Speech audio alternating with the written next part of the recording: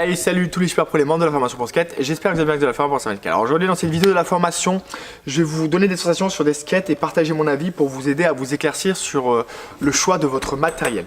Alors j'ai plusieurs skates avec moi, donc là j'ai un pro skate signé par José Garbacho donc. Alors j'ai le pro skate de la marque Pro qui a été fait à Bordeaux. Donc marque que j'ai lancé, le distributeur je peux aussi vous aider si vous souhaitez lancer votre marque de skate, je suis là pour vous aider, donc je peux vous recommander des bonnes entreprises ou autres pour la création d'une marque de skate. Donc là on a le Pro Skate, on peut voir que le grip c'est un grip basique, donc le grip je vous dis régulièrement ne pas vous embêter sur le grip. Et ce qu'on peut voir c'est que j'ai des trucks en 139, donc trucks en 139 c'est ce que je recommande pour le street, car c'est plus léger qu'un 149 et c'est un peu plus lourd qu'un 129. Le 129 ça va être uniquement pour le flat, parce que si vous faites du curb, du rail en 129 c'est assez court, il n'y aura pas beaucoup de distance. 129 ça va s'arrêter là et vous aurez que ça en partie pour rider et ça va être compliqué. Donc ce qu'il faut bien noter, c'est qu'il faut bien adapter vos trucks, vos roues et votre skate, vos tailles en fonction. On ne va pas modifier des tailles, j'ai plusieurs skates en dessous, je vais vous montrer que si on modifie plusieurs tailles, et ben le skate peut être pas trop accessible ou de mauvaise qualité parce que tout simplement le matériel n'est pas adapté.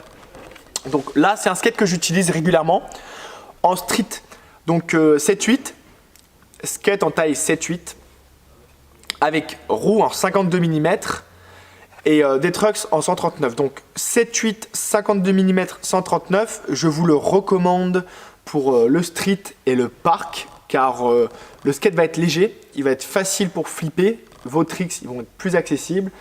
Par contre si vous voulez skater très vite et avoir de la vitesse et une stabilité, ça va être un peu plus light, donc je vais recommander une taille plus grosse. Donc ça c'est le modèle en street.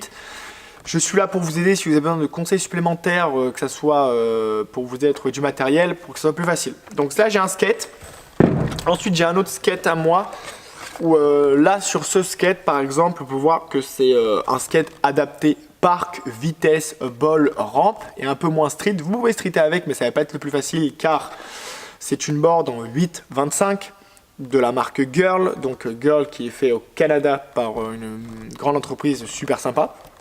Alors le skate de la marque Girl 8-25, nous avons des trucks pour la rampe, le street, rail, coping, margel en 149. Donc c'est bien car c'est très large, vous avez de la stabilité, vous avez de la place pour mettre vos pieds.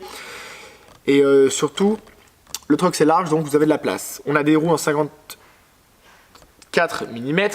Donc 54 mm, ce que j'adore sur les roues coniques, vous pouvez voir que là elles sont coniques, c'est que les modèles comme ça sont faits pour les parcs, les courbes, bol et margelles, comme ça, ça se cale pile dans l'angle et ça colle au coping et ça va vous aider pour les slides, les long grinds et autres, même en rail rond, comme ça le rail se colle up entre les deux roues et ça va vous faciliter la tâche. Donc ce skate est bien adapté. Car 8-25 c'est très bien pour le parc, la vitesse, avoir une bonne stabilité. Par contre pour faire des tricks compliqués, ça se fait mais c'est un peu plus compliqué qu'une 7-8 par exemple, car 7-8 c'est plus fin donc les tricks se passent mieux. Ce que j'aime beaucoup sur cette board c'est qu'elle est concave. Je dis régulièrement que le concave c'est primordial pour quand vous fassiez un flip, que ce soit pas trop plat mais concave, comme ça vous faites un flip, le concave qui relève vous aide à gratter tout simplement la figure, que ce soit plus facile pour vous. Que ce soit vous flippez là, 3-6 flip, 3-6 pop, le concave pareil, 3 pop, on place les pieds là, et le fait que le pied soit bien à la place, ça tourne bien, bah, c'est plus facile à tourner, donc ça c'est nickel. Alors ce skate est bien. Je vais vous représenter un autre skate pareil que j'ai de taille similaire, 8-3, donc 8-3. Ça commence à faire gros pour le flat, c'est pas compliqué, mais vous allez faire des figures basiques. Pour apprendre une nouvelle figure avec une 8-3, c'est compliqué parce que si vous ne savez pas faire 3-6, je vais vous conseiller des tailles plus petites pour que ça soit plus facile. Alors j'ai le 8-3, trucks light, donc 149 trucks légers, super sympa. Ça peut aider pour commencer, mais c'est pas ce qu'il y a de mieux car ils sont assez chers, donc ne vous embêtez pas, trucks à 40 € l'unité, vous pouvez prendre des bons Oxelo de gamme Fury à 20 € ou des Venture à 25 €, donc voilà, ça évite de mettre 15 € de plus dans le truck, donc 30 € d'économie, c'est pas trop mal. Après nous avons des roues numéro 1 du marché, donc les Bones, celles-ci elles sont en 53 en modèle SPF. Ce qu'il faut bien savoir c'est qu'on a plusieurs modèles de roues, on a les durs, les moins durs, plus on descend dans les A, par exemple 80A c'est mou, on monte 85 ça se durcit, 90 ça se durcit mais c'est encore mou. Les roues de skate bonnes en street, il faut bien noter, c'est entre 98, 99, 100, 101A. Là c'est la meilleure dureté. Et après on a les bones qui marchent en B, c'est juste 20 de moins. Donc quand vous voyez des bones 81B, c'est comme si c'était du 120A. Et quand vous voyez 83B, c'est comme si c'était du 103A. Donc ça c'est très dur et ça peut vous aider pour progresser en skate quand vous avez du mal. Pour les rivers, ça peut vous remettre dans le droit chemin, mais ça glisse. Par contre, si vous êtes moins stable, vous pouvez glisser régulièrement. Donc là, ce skate, il est cool pour 8.3, c'est pour le bol. Et nous avons des pads. Alors, ce que je recommande sur les pads, je ne la recommande pas souvent, mais ça peut vous aider, par exemple, quand vous galérez.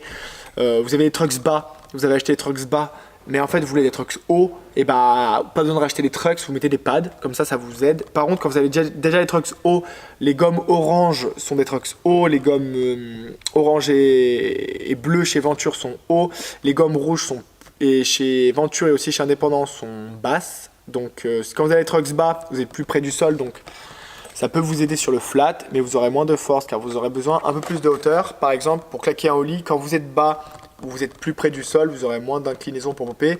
Et quand vous êtes plus haut, clac avec la hauteur, ça va vous aider à monter les jambes. Donc c'est un peu moins stable car vous allez être plus haut, l'angle va être différent quand vous tournez avec vos skates comme ceci. Mais je conseille quand même plus les trucks hauts que les trucks bas.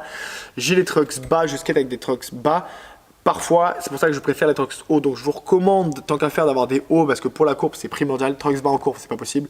Enfin, c'est possible, mais c'est beaucoup plus compliqué. Donc on va pas se faciliter la tâche, compliquer la tâche. On va partir sur des trucks hauts. Et les trucks bas, à l'occasion, si vous en avez, c'est pas grave. Vous prenez des pads, ça coûte 5 €. Vous les trouvez n'importe où, des pads. Et vous règlez ce problème. Comme ça, ce problème, il est réglé. Donc ça, c'est super pour ces skates. Ce que j'ai en plus, j'ai un autre skate donc, que j'utilise. Par contre, ce skate, pareil, de la marque Pro que j'utilise depuis 4 mois en bon état. Car tout simplement, on utilise la petite technique pour pas que le skate s'abîme. Donc, on est super content. Alors, ce que je recommande pas sur ce skate, par exemple, c'est que c'est la taille 8.1. Donc 8.1 c'est très bien, c'est mid, c'est ce que j'ai sur mon skate favori. 8.1 c'est mid, donc c'est parfait. Parce que c'est pas trop large, c'est pas trop fin, c'est entre les deux. Donc 8.1 ça va être la taille que je vais conseiller le plus en intermédiaire pour se lancer. Si vous voulez pas un skate, si vous n'êtes pas... vous n'avez pas par exemple moins de 14 ans, vous êtes jeune ou autre, je commande des 7-8, mais 8.1 ça va être ce que je recommande le plus en règle générale parce que c'est entre les deux et c'est classique quoi, c'est super. Alors ce skate est super, par contre que je recommande pas, enfin c'est très bien d'avoir une 8.1 avec des 139. Par exemple, je préfère moi avoir une 8.1 avec des 149 parce que ça m'aide plus sur la courbe, mais une 8.1 avec des 139 c'est super. Donc ça dépend de votre style de skate. 139 ça va être plus pour le street et 149 plus pour la courbe. Pas besoin d'avoir des 149 si vous faites que du street car ils sont un peu plus lourds, c'est plus recommandé pour la courbe. Donc ça c'est super. Par exemple, le bémol sur ce skate, ça va être la roue. On peut voir que les roues sont trop grosses. Les roues sont trop grosses pour le trucks car c'est des roues en 54 et quand les roues sont trop grosses ça mange un peu le trucks. Donc on peut voir que le trucks en 139 il est petit parce que les roues sont grosses. Donc il faut bien adapter son matériel sur ces trucks. Là on aurait dû partir sur du 52 maximum voire 51 car quand les roues sont trop grosses, ça les mange. Si je mets du 60 mm, la roue va arriver là, l'appareil ça va arriver là, et le 139 va se transformer en 125. Donc je ne recommande pas d'adapter des très grosses roues sur les petits trucks, car quand vous allez grinder, vous n'allez pas avoir beaucoup de distance et beaucoup d'espace pour bien skater. On peut voir que ça en courbe, le problème c'est quand on fait un gros backside 5-0, on a besoin d'appuyer sur le talon à ce niveau-là, comme ceci. Et la courbe ne va pas bien se caler ici parce que le truck c'est court, on a besoin de la distance. Donc on peut voir que ce skate, il y a un petit bémol.